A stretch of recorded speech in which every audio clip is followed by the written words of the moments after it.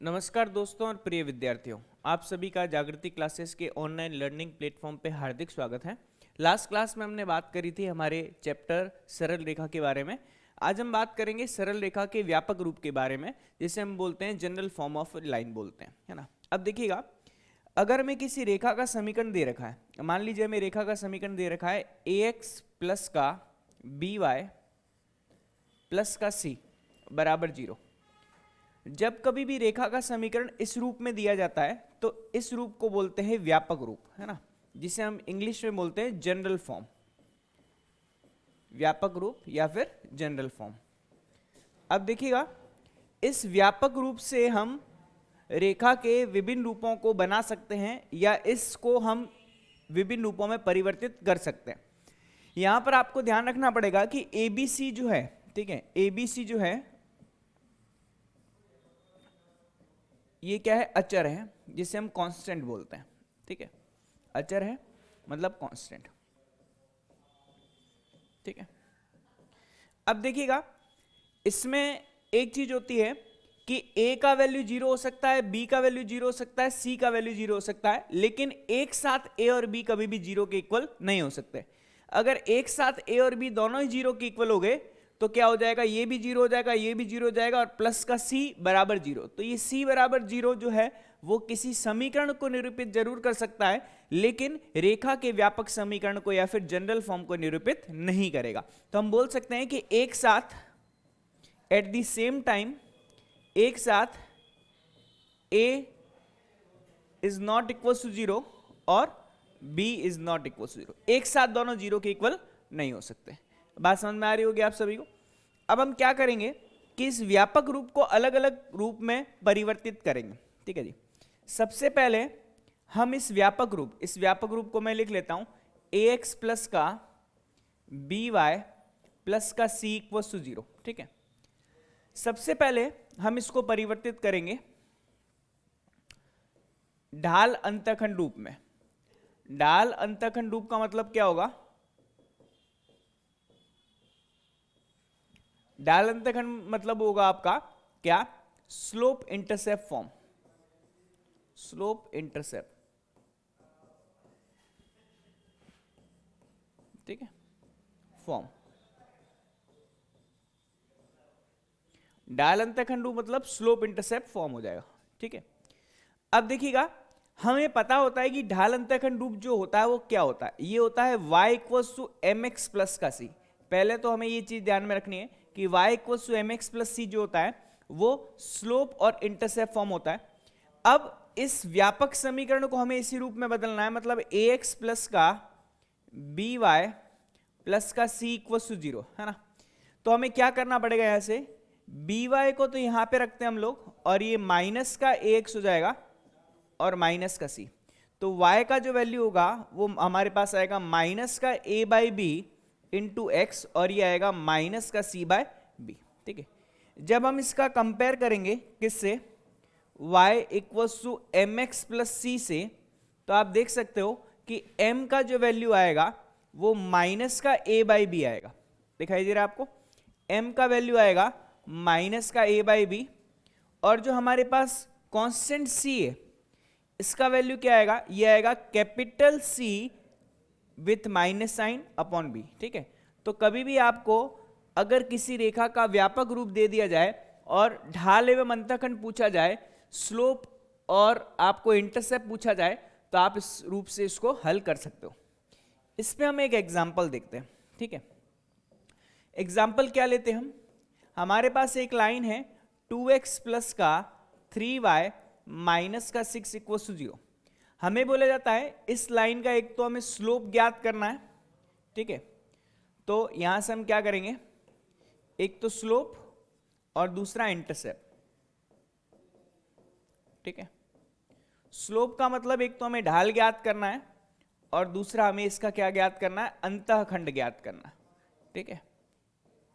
तो हम क्या करेंगे, यहां से सबसे पहले 2x प्लस का 3y माइनस का 6 इक्वल टू 0। अब यहां से 3y बराबर कितना आएगा, माइनस का 2x प्लस का 6। तो y का मान आएगा माइनस का 2/3 इंटू एक्स प्लस का 6/3, तो y बराबर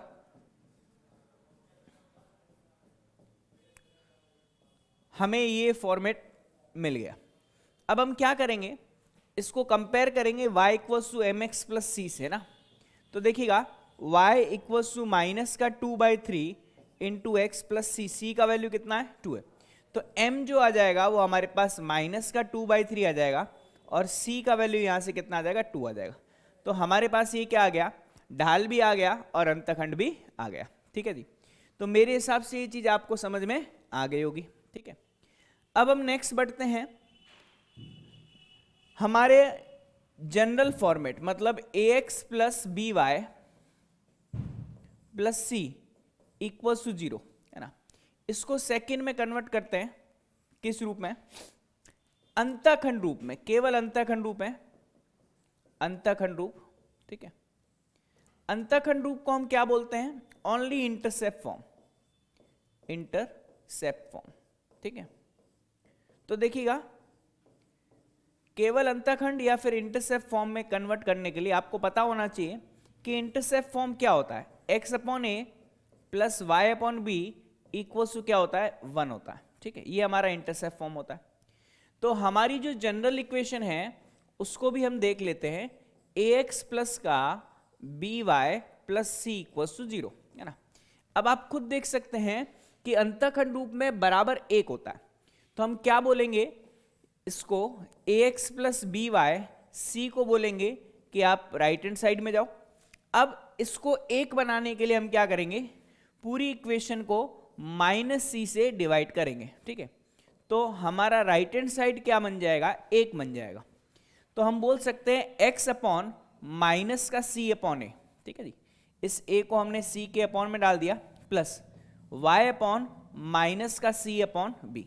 तो ये हमारे पास क्या हो जाएगा, अंतःखंड रूप हो जाएगा।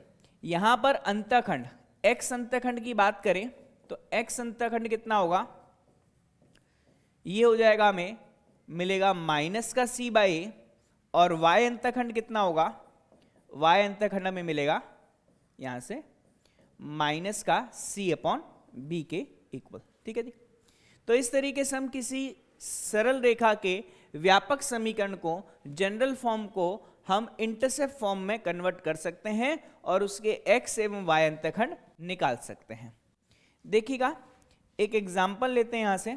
ठीक है, मैं बोल रहा हूं यहां पे 2x प्लस का 4y, ठीक है, प्लस का 20 बराबर 0। ठीक है, हमें क्या करना है, इसके अंतःखंड निकालने।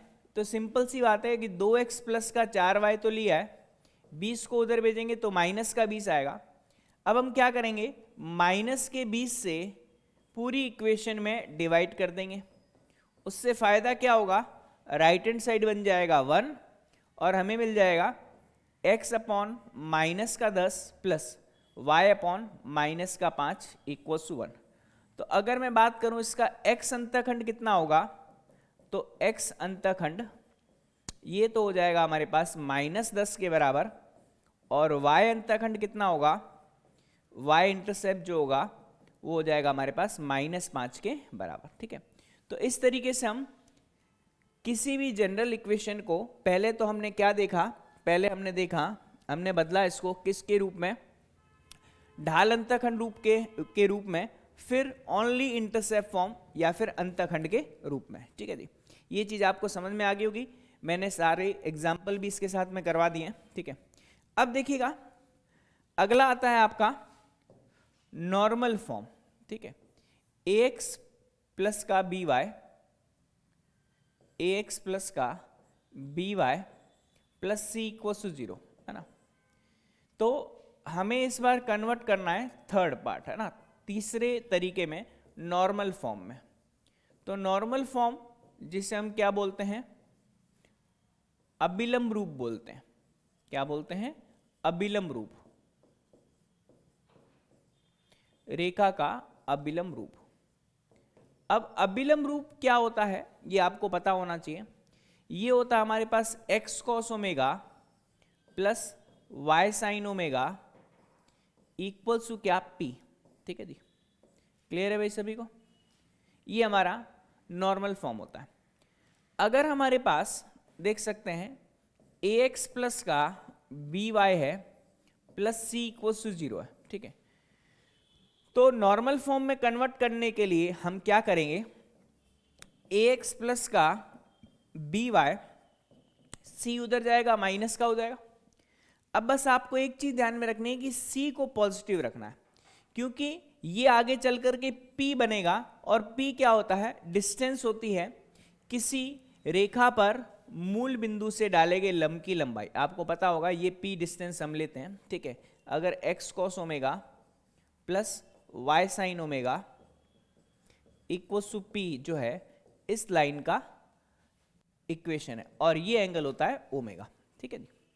तो हम क्या करेंगे, इसको पॉजिटिव लेंगे, मतलब माइनस का ए एक्स माइनस का बी वाई इक्वल्स टू हमारे पास क्या आएगा, सी आएगा।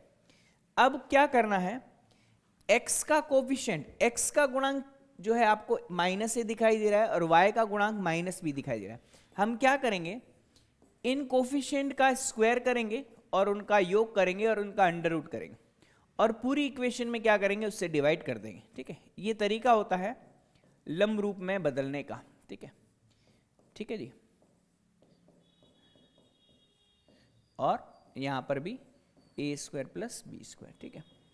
अब यहां से देखिएगा, अब इसको कंपेयर करेंगे x cos omega plus y sine omega equals to p से।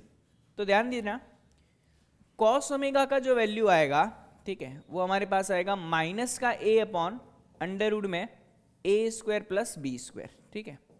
और साइन ओमेगा का जो वैल्यू आएगा वो आएगा माइनस का बी अपॉन अंडर रूट में ए स्क्वायर प्लस बी स्क्वायर, ठीक है।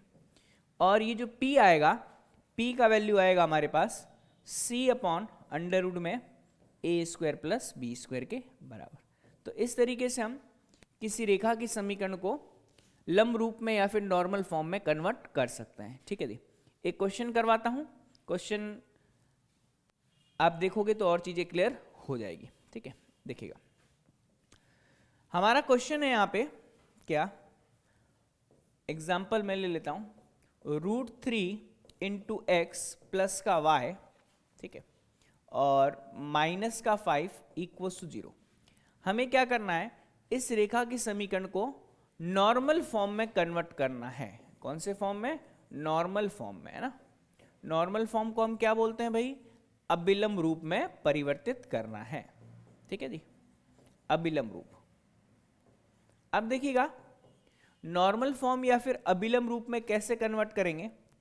देखिए, सबसे पहले मैंने आपको क्या स्टेप बताया था, √3 इंटू एक्स प्लस का y -5 बराबर किसके, 0 के। अब सबसे पहले इस -5 को उधर शिफ्ट करता हूं, तो √3x प्लस का y इक्वल्स टू क्या हो जाएगा, 5। उसके बाद में मैंने क्या बताया था, x का कोफिशिएंट और y का कोफिशिएंट, मतलब हम क्या करेंगे, अंडर रूट में √3 का स्क्वायर और प्लस 1 का स्क्वायर, है ना।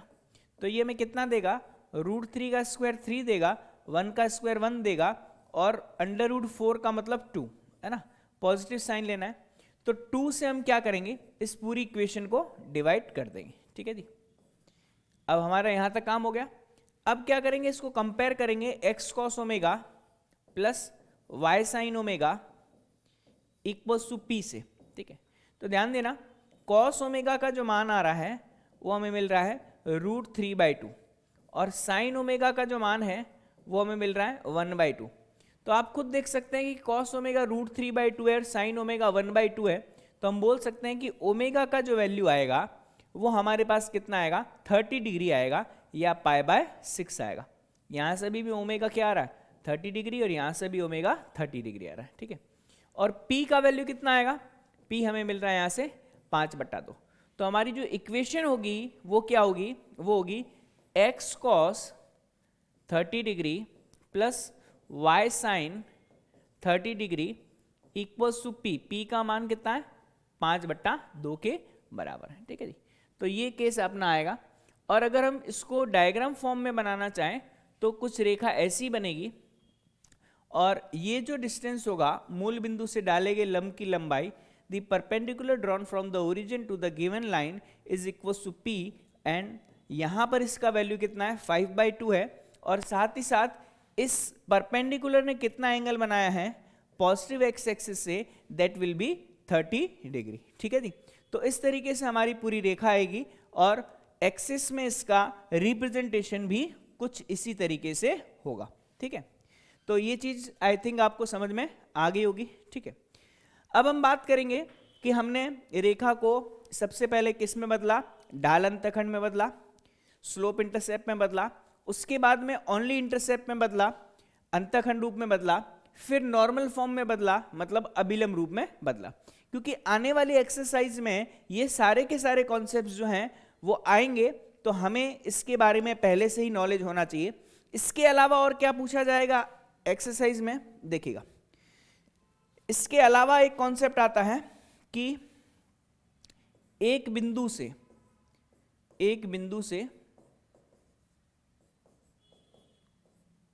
रेखा की लंबवत दूरी ये आपको पूछी जाती है। ठीक है, परपेंडिकुलर डिस्टेंस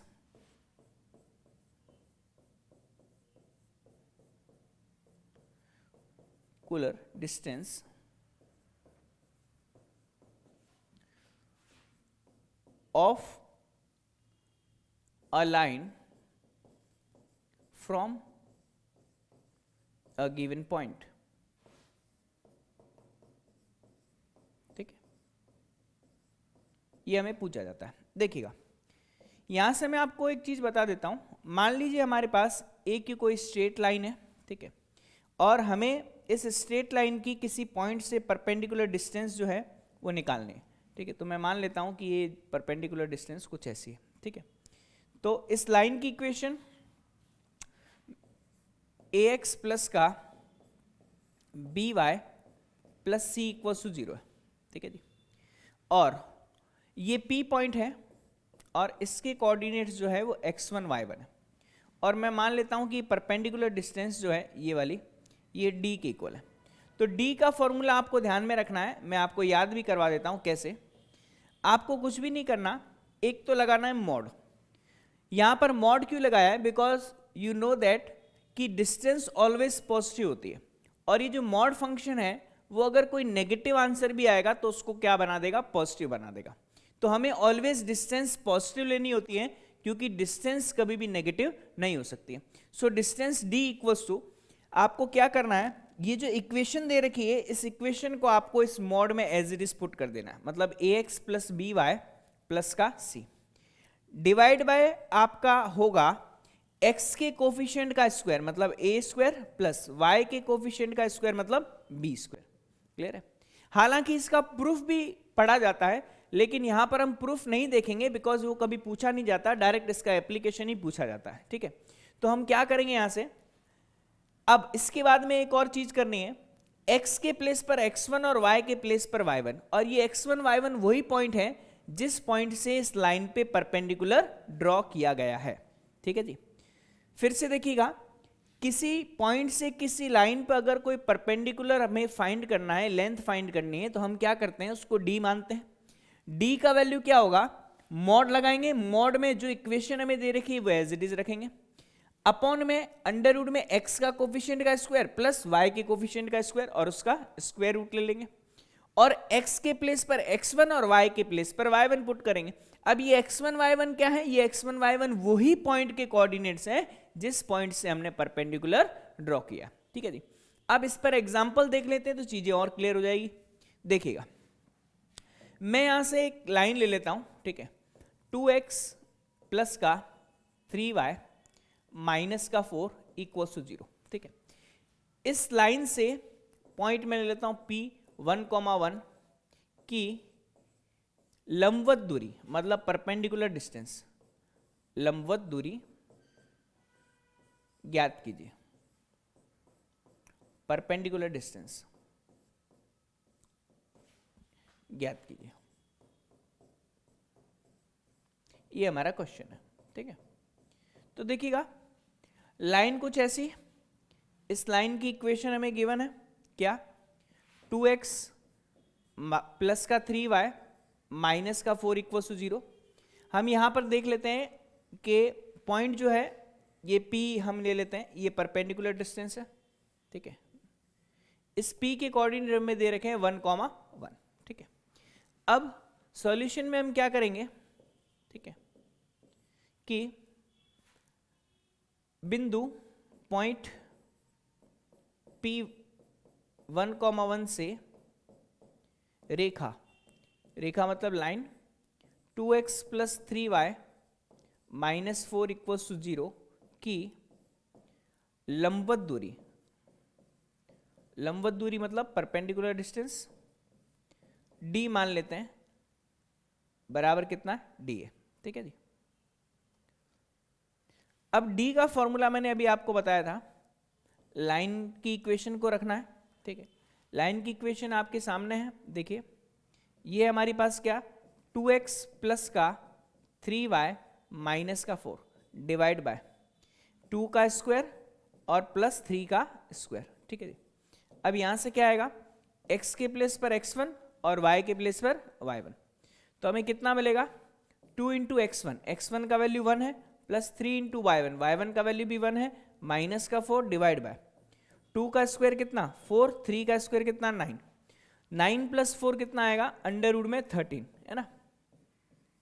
और अंश में कितना है 2, 3, 5 में से 1 जाएगा, 5 में से 4 जाएगा, 1 बचेगा, और 1 का मॉड 1 ही होता है, तो हमारा आंसर आएगा 1/√13 जो होगा वो डिस्टेंस होगा, तो ये d का वैल्यू आएगा 1/√13 यूनिट के इक्वल, ठीक है जी।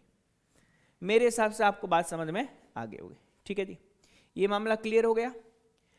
अब ये तो कॉन्सेप्ट हमने समझा किसी पॉइंट से किसी लाइन का परपेंडिकुलर डिस्टेंस निकालने का मेथड, ठीक है।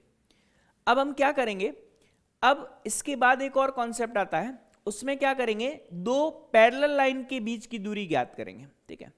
तो देखिएगा, दो समांतर रेखाओं के मध्य की दूरी ज्ञात करना, दो समांतर का मतलब पैरेलल, दो समांतर रेखाओं के मध्य की न्यूनतम दूरी ज्ञात करना, है ना, न्यूनतम दूरी, ठीक है। मिनिमम डिस्टेंस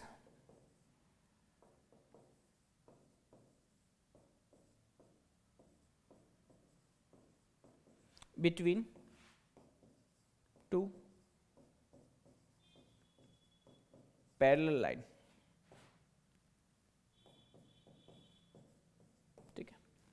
अब देखिएगा, अगर में बोला जाता है कि दो पैरेलल लाइन से दो समांतर रेखाएं कुछ इस तरीके से, एक लाइन ऐसी है और एक लाइन ऐसी है, ठीक है, और इन दोनों के मिड की जो डिस्टेंस है ये हम मान लेते हैं, ये डिस्टेंस जो है ये, ठीक है, और ये डिस्टेंस जो है परपेंडिकुलर डिस्टेंस है, 90 डिग्री का एंगल बनेगा यहाँ और यहाँ, ठीक है। इसको हम मान लेते हैं डिस्टेंस d। ये आपकी इक्वेशन है y equals to mx plus c, है ना। तो यहाँ पर मैं c1 कर देता हूँ और ये आ जाता है y equals to mx plus c2। Reason क्या है, क्योंकि हमारी दोनों पैरेलल लाइन का स्लोप ऑलवेज क्या होता है, इक्वल होता है, तो यहां पर भी मैंने m लिया है और यहां पर भी हमने m लिया है, ठीक है। तो दो लाइन है, एक तो लाइन है y equals to mx plus c1 और एक लाइन है y equals to mx plus c2, ठीक है जी। अब इन दोनों के बीच की डिस्टेंस d है, तो इस d का जो फॉर्मूला होता है वो मैं आपको बता देता हूं। ये d का फॉर्मूला होता है, देखिएगा, जो आपकी C1 और C2 है इनके बीच का डिफरेंस मतलब C1 माइनस का C2, और अंडर रूट में हम क्या करेंगे 1 प्लस का m स्क्वायर करेंगे। ये हमारा फॉर्मूला होता है दो लाइन के मिड का क्या, परपेंडिकुलर डिस्टेंस का, ठीक है जी। तो आपकी कोई भी लाइन आपको कैसी भी दे रखी हो, सबसे पहले उसे y equals to mx plus c1 और y equals to mx plus c2 के फॉर्मेट में कन्वर्ट करना पड़ेगा, और उसके बाद ही हम क्या कर पाएंगे, उनके बीच की लंबवत दूरी को ज्ञात कर पाएंगे, ठीक है। तो C1 और C2 इनका क्या है, यहाँ पर हमारे पास पहले का इंटरसेप्ट है C1 और दूसरी लाइन का इंटरसेप्ट है C2 और m जो है वो स्लोप है और दोनों ही लाइन का स्लोप क्या होगा, सेम होगा। ठीक है जी, तो यहाँ ये चीज़ आपको समझ में आ गई होगी। अब हम इस पर एग्जाम्पल करते हैं ताकि और चीज़ आपके दिमाग में बैठ जाए। देखिएगा, एग्जाम्पल में हम लेते हैं, मान लीजिए हमारे पास एक लाइन है y equals to 2x plus 3 है ना, और एक दूसरी लाइन है y equals to 2x plus 5 है ना। हमें क्या करना है, इन दोनों लाइन की मिड की डिस्टेंस d को फाइंड आउट करना है, जो अभी हमने देखा था। ठीक है, तो देखिएगा हम क्या करेंगे, यहाँ से सबसे पहले y equals to 2x plus 3 और यहाँ से y equals to 2x plus 5 है ना। तो यहाँ से m का वैल्यू, मतलब ये आपके पास फर्स्ट इक्वेशन हो जाएगी y equals to mx plus c1 और ये हो जाएगी आपके पास y equals to mx plus c2। तो यहाँ पर आप देख सकते हो m का वैल्यू तो 2 है, c1 का वैल्यू 3 है और c2 का वैल्यू कितना है, 5 है। तो हमारी डिस्टेंस d जो होगी वो क्या होगी, मॉड में c2 माइनस का c1 divide by under root में 1 प्लस का m स्क्वायर, जो अभी मैंने आपको बताया। ठीक है जी, तो हम देख सकते हैं कि c2 माइनस c1 का मतलब क्या होगा, 5 माइनस का 3 डिवाइड बाय अंडर रूट में 1 प्लस का m स्क्वायर, m का वैल्यू कितना है 2, तो 2 का स्क्वायर आ जाएगा। 5 में से 3 जाएगा कितना, 2 डिवाइड बाय 2 का स्क्वायर 4, 4 प्लस 1, तो अंडर रूट में कितना आएगा, रूट 5 आ जाएगा। तो perpendicular distance between two parallel lines in this case will be equals to 2 by root 5 unit. तो आप पीछे यूनिट लगाना ना भूलें, क्योंकि ये unit centimetre, kilometre, inch, feet कुछ भी हो सकता है, बट यूनिट होना जरूरी इसमें होता है, क्योंकि विदाउट यूनिट हम कोई भी डायमेंशन को मेजर नहीं कर सकते हैं। अगर आप अपनी कॉपी में इसके पीछे कोई यूनिट नहीं लगाते हैं तो it will be your big mistake and आपके मार्क्स जो हैं वो कट सकते हैं। ठीक है जी, तो आपको ध्यान रखना है कि जब कभी भी कोई भी आपके पास लेंथ की आए, एरिया आए, वॉल्यूम आए, तो उसके पीछे आपको यूनिट जरूर लगाना है। ठीक है, तो लेंथ में यूनिट आएगा, एरिया में यूनिट स्क्वायर आएगा और वॉल्यूम में यूनिट क्यूब आएगा। ठीक है, तो ये छोटी छोटी चीज़ें जो हैं वो आपको ध्यान में रखनी पड़ेगी, तभी आप क्या कर पाएंगे, full out of full score कर पाएंगे। ठीक है, तो मेरे हिसाब से आपको ये चीज़ समझ में आ गई होगी। ठीक है, अब नेक्स्ट जो है वो आपकी एक्सरसाइज है जो हमें स्टार्ट करनी है, तो हम उस एक्सरसाइज को करेंगे नेक्स्ट क्लास में स्टार्ट। तब तक आप इस पूरे कंप्लीट टॉपिक को रिवाइज कीजिए ताकि नेक्स्ट एक्सरसाइज में आपकी ये सारे टॉपिक क्लियर हो और हम आसानी से उन क्वेश्चंस को भी कंप्लीट करें। तो आज के लिए इतना ही, थैंक यू।